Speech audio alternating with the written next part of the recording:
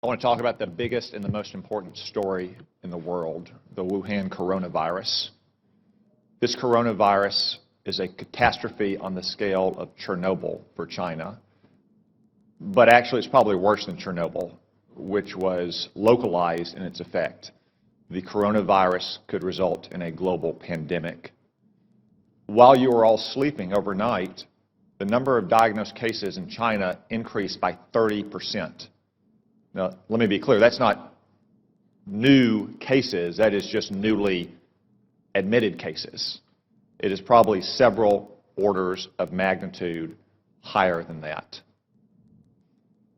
Also, while you were sleeping, China now has its entire border with Russia closed. 2,600 miles, Russia has closed that border. El Al has shut down travel between Israel and China. Air France has shut down travel between China and France. And that's in addition to all the other countries that have already shut down travel.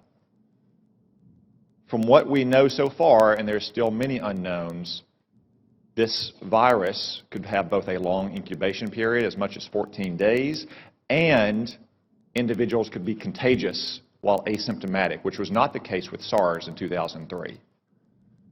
Furthermore, from some cases, it appears the virus could be aerosolized, which means it doesn't require the kind of contact that you have with, say, a married couple kissing each other or a family living in close quarters in a hotel or apartment, but rather the distances we are all sitting apart right now. Yet China is still lying about all of this. They've been lying about it from the very beginning, and you don't need their history of lying about SARS in 2003, though it is relevant here. You just have to see what's happened over the last 2 months.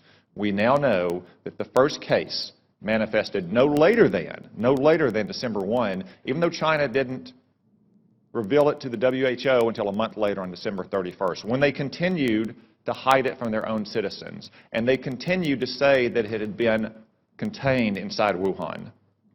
Today, it is in every single province in China. They also claimed for almost 2 months, until earlier this week, that it had originated in a seafood market in Wuhan, that locals had contracted it from animals in, say, bat soup or snake tartare. That is not the case.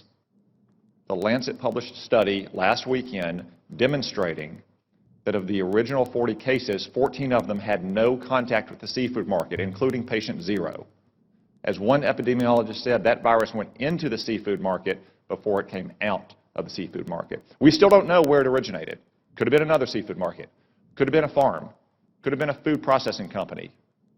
I would note that Wuhan also has China's only biosafety level 4 super laboratory that works with the world's most deadly pathogens, to include, yes, coronavirus. Now, look at China's own actions.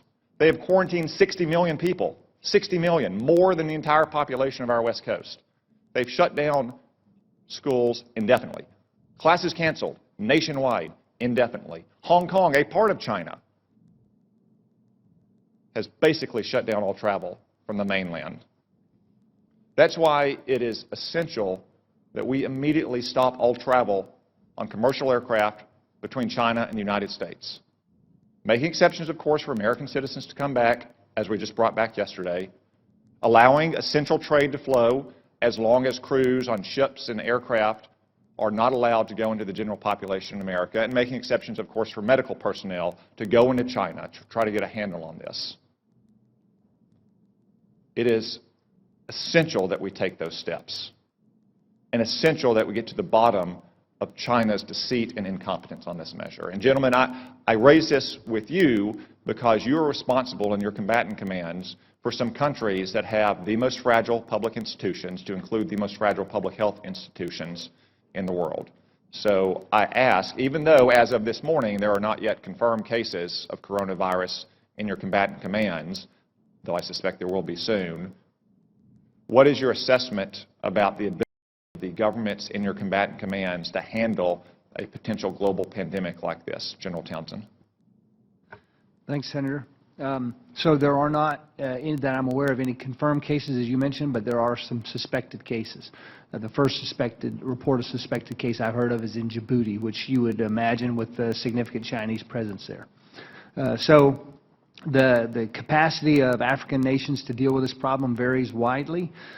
For example, in Eastern Africa, Central East Africa, they've been dealing with Ebola, and they've been dealing with Ebola largely on their own and doing a pretty good job of it, so I think capacity there, but anywhere else in Africa is probably not to that degree.